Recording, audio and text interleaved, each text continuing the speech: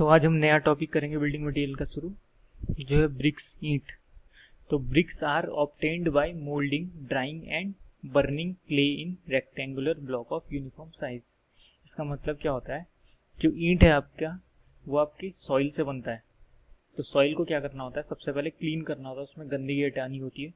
उसके बाद क्या करना होता है, उसे टेम्पर्ड करते हैं।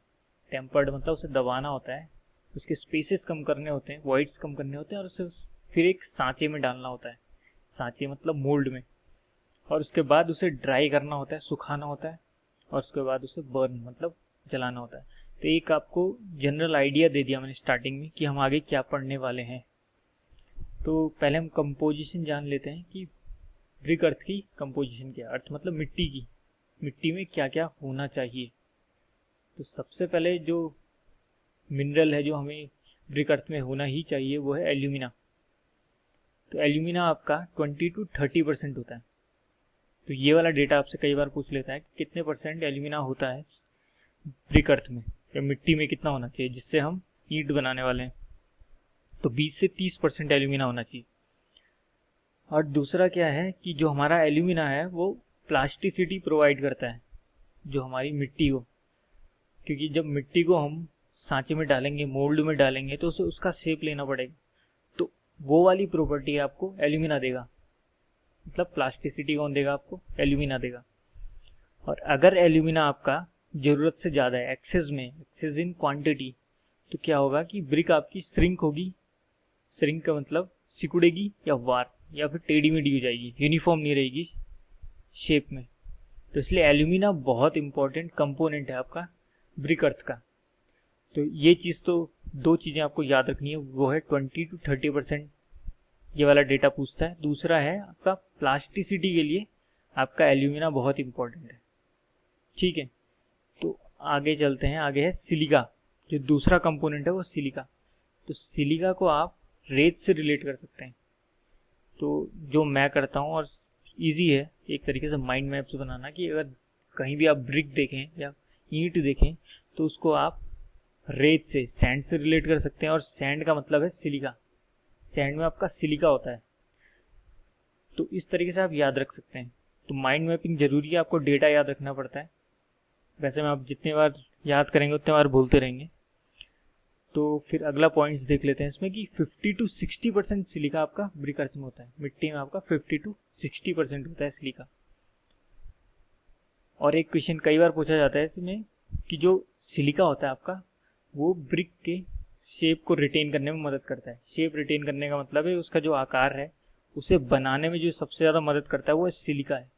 क्योंकि सिलिका जो है कंपोनेंट्स को पकड़े रखता है, इस वजह से उसका शेप बना रहता है, उसका आकार वो बना रहता है। और अगर सिलिका ज़्यादा हो गया, एक्सेस में हो गया, तो वो ब्रिटल हो जाता है। ब्रिटल का मतलब होता है कि अगर उसमें हम स्ट्रेस देंगे, दबाएंगे उसे प्रेशर देंगे, तो वो बिना स्ट्रेन लिए ब्रेक हो जाता है। तो इसलिए सिलिका भी बहुत इंपॉर्टेंट है। तो ये डेटा आपको याद रखना है 50 to 60% का। दूसरा ये कि सिलिका क्या करता है, आपको यहाँ पे लिखा नहीं है लेकिन आप नोट कर देना कि सिलिका आपका ब्रिक को शेप रिटेन करने में मदद करता है। ये दूसरा पॉइंट भी आपको याद रखना है, कई बार पूछा जाता है कॉम्पिटिटिव एग्जाम्स में। अगला है लाइम। लाइम का मतलब, इसको हम चूना भी बोल देते हैं।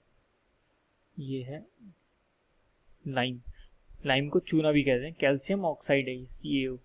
तो कैल्शियम ऑक्साइड आपका 5% से ज़्यादा नहीं होना चाहिए, और ये भी आपका श्रिंकेज को प्रिवेंट करता है ब्रिक अर्थ में। तो ये भी काफ़ी इंपॉर्टेंट है। इसमें ये 5% वाला डेटा इंपॉर्टेंट है, ये आप याद रख सकते हैं।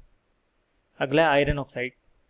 तो आपने ईंट देखी होगी, तो ईंट का रेडिश कलर होता है, लाल कलर। तो उस लाल कलर के पीछे आपका आयरन ऑक्साइड होता है। अगर आयरन ऑक्साइड ना हो तो रेडिश कलर नहीं आएगा। और इसकी जो क्वांटिटी होती है 5 to 6% होती है आयरन ऑक्साइड की।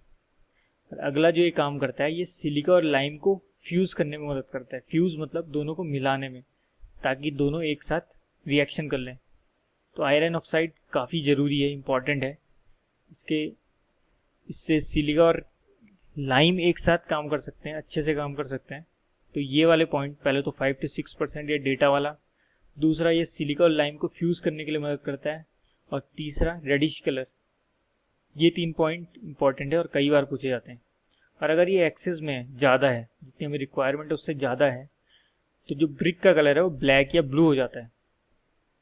ठीक है, तो आगे लास्ट हमारा कंपोनेंट है वो मैग्नीशिया। मैग्नीशिया आपका ब्रिक अर्थ में 1% होता है, केवल एक 1%, और श्रिंकेज को डिक्रीज करने में मदद करता है। अब ये फिगर दिख रहा होगा आपको, जिसमें लिखा है एल्कलीज, स्पॉट और सीलन।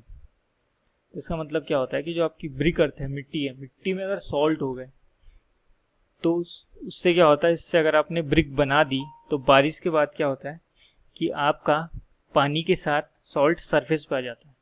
तो वो सरफेस पे जो सॉल्ट आता है उससे गंदगी दिखने लगती है, जो सीलन भी कहते हैं हम इसे। तो ये ब्रिक के साथ ये कंक्रीट में भी होता है।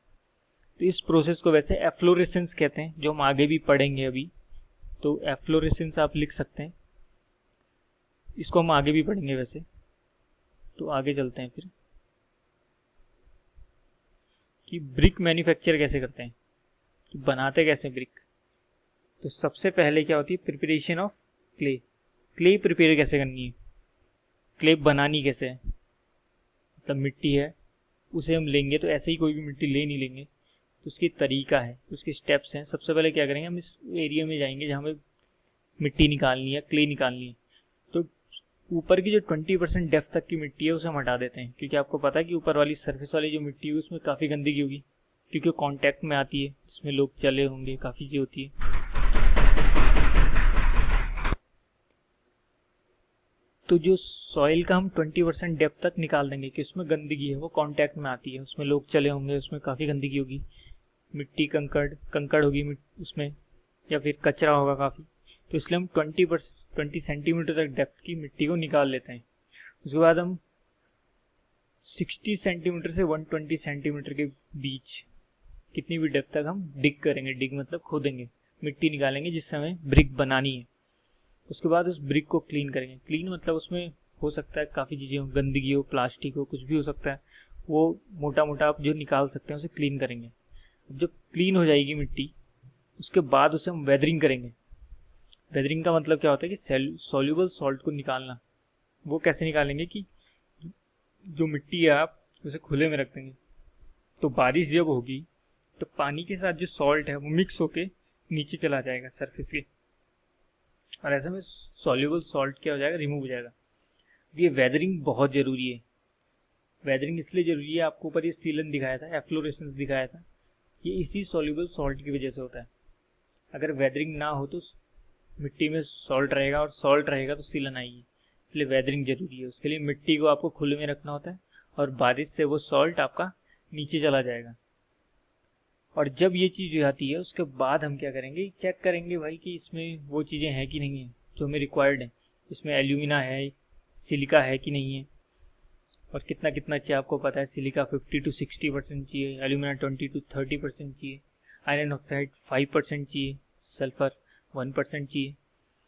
तो इस तरीके से चेक करेंगे ब्लेंडिंग प्रॉपर्टीज। उसके बाद टेम्परिंग।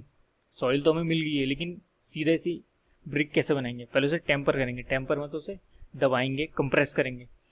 तो दो तरीके से कर सकते हैं। अगर हम क्वांटिटी हमारी ब्रिक्स की कम है, मिट्टी हमारे पास कम है, तो हम फीट ऑफ मैन लिखा हुआ है कि इंसान कूदेंगे उसके ऊपर एक तरीके से और उसे कंप्रेस करेंगे, ये जानवर उसको चलवाएंगे, उससे आप टेम्पर कर सकते हैं मिट्टी को। लेकिन अगर लार्ज स्केल पे है, बहुत बड़े स्केल पे है, तो हम पग मिल का यूज़ करेंगे। तो पग मिल क्या है, एक तरीके से मशीन होती है जिसमें आप मिट्टी डालोगे और वो उसे टेम्पर कर देगा। टेम्पर्ड मतलब आपने लैब में आपने बहुत सारे एक्सपेरिमेंट किए होंगे जिसमें टेम्पर्ड करने के लिए आपको एक रॉड मिलती थी, रॉड से आप टेम्पर्ड करते थे।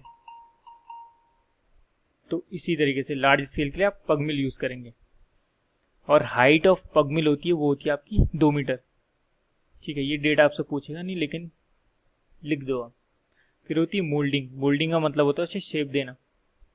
सांचा होगा आपका, उस सांचे में मिट्टी को डालना, तो वो मोल्डिंग हो गया। तो आपने मिट्टी तैयार कर ली, मिट्टी तैयार करने के बाद उसे मोल्ड में डाल दिया। अब मोल्ड में डालना है तो उसके दो तरीके हैं। एक होता है हैंड मोल्डिंग, मतलब हाथों से। तो हाथों से मोल्डिंग दो तरीके से होती है। ग्राउंड मोल्डिंग, तो ग्राउंड मोल्डिंग का मतलब क्या हो गया कि जो मजदूर है वो बैठ के ग्राउंड में जो सांचे होंगे उसमें मिट्टी डालेंगे खुद हाथों से भर के। और दूसरा हो गया टेबल मोल्डेड ब्रिक्स। तो उसमें क्या होगा, सेम चीज होगी, दोनों में फर्क नहीं है, लेकिन वो टेबल में होगा, एक तरीके से एक ऑर्गेनाइज तरीके से होगा। तो एक तरीके से फिगर में आपको दिखाता हूँ, उससे थोड़ा आपको डिफरेंस पता चल जाएगा। तो इस फिगर में आप देख रहे हैं कि कैसे मजदूर अपने हाथों से मिट्टी को मोल्ड में डाल रहा है। तो ये हैंड मोल्डिंग है, ठीक है। अब दूसरा फिगर देखेंगे जिसमें टेबल मोल्डिंग कर रहे होंगे। तो इस इमेज में आपको दिख रहा होगा एक टेबल है, और यहाँ पे ये एक तरीके से मोल्ड ही है, लेकिन एक ऑर्गेनाइज तरीके से आपको यहाँ पे मोल्ड रखना है। ऊपर से इसे डब्बे को बंद किया और वहां से आपकी सही तरीके से आपका सॉइल आपकी ब्रिक में मोल्ड में कैप्चर हो गई। जबकि वहां पे आपको हाथ से डालना था, इससे दूसरे वाली इमेज में आपको हाथ से मिट्टी डालनी थी। ये थोड़ा बेटर तरीका है और इसमें टाइम कम लगेगा, लेकिन दोनों एक ही तरीके हैं, आपको इस्तेमाल तो हाथ का ही करना होगा। तो ये टेबल मोल्डिंग था। ये कुछ डेटा है उससे रिलेटेड कि जो टेबल मोल्डेड ब्रिक्स होती हैं, तो उसका जो मोल्ड होता है वो स्टील या वुड का हो सकता है, या brick moulder can would mould about 750 bricks per day. तो ये आपका डेटा फील्ड में होता है यूज, लेकिन मुझे लगता नहीं है ऐसा क्वेश्चन आएगा, लेकिन इसे आप लिख सकते हैं 750 ब्रिक्स एक ब्रिक मोल्डर बना सकता है। अगर 8 घंटे तक एक व्यक्ति ने काम किया तो वो 750 ब्रिक्स बना सकता है मोल्ड से, ठीक है। तो क्वालिटी और rate of moulding for table mould bricks is better. तो टेबल मोल्ड जो ब्रिक बनेगी वो बेटर इसलिए होगी क्योंकि वहां पे आपने देखा होगा एक सांचा था, उससे आप एकदम से बंद करना है तो उसके जो कॉर्नर्स होंगे वो शार्पली कट हो जाएंगे, जबकि यहाँ आपको मिट्टी हाथ से ऐसे भरनी पड़ेगी, तो उसमें इतना अच्छा मिल नहीं पाता। तो आगे देखते हैं, आगे है आपका मशीन मोल्डिंग। मशीन मोल्डिंग में मशीन का यूज करेंगे। जहाँ पे हमें हमारी रिक्वायरमेंट बहुत ज़्यादा होती है तो वहाँ पे मशीन मोल्डिंग का यूज करते हैं। तो अगर कम हमारी ब्रिक्स बननी है, हमारे पास सॉइल कम है, तो उससे यूज नहीं करेंगे क्योंकि इकोनॉमिक नहीं होता है, बहुत महंगा पड़ जाएगा। तो आगे चलते हैं ड्राइंग। अब मिट्टी के हमने मोल्ड में डाल दी, अब उसे ड्राई करेंगे। ड्राई इसलिए करेंगे कि उसमें जो मॉइस्चर बहुत ज़्यादा होगा तो वो कम हो जाएगा, क्योंकि इसके बाद हमें उसे क्या करना है, बर्न करना है, उसे जलाना है। तो यहाँ पे लिखा भी है डैम्प ब्रिक, डैम्प मतलब गीली ब्रिक इफ बंट में क्रैक। अगर गीली ब्रिक को जलाएंगे तो एकदम क्रैक्स आ जाएंगे उसमें। तो इसलिए क्या होता है कि मोल्डेड ब्रिक्स को ड्राइड किया जाता है, सुखाया जाता है बिफोर बर्निंग, जलाने से पहले सुखाया जाता है। और जो नेचुरल तरीके से अगर हम उसे सुखाएंगे धूप में रखे या दूसरे तरीकों से, नेचुरली तरीकों से, तो 3 से 10 दिन लग जाएंगे। लेकिन उसकी जगह हम आर्टिफिशियल चैम्बर का यूज़ करेंगे। चैम्बर मतलब कोई कमरे होते हैं जहाँ पे आप टेम्परेचर मेंटेन कर सकते हैं, जैसे यहाँ पे 120 डिग्री सेंटीग्रेड हमें रिक्वायर्ड है, तो वहाँ 1 से 3 दिन में हो जाएगा, क्योंकि नेचुरल तरीके में हमारे ऊपर नहीं है कि कितना टेम्परेचर उसे मिल पाएगा।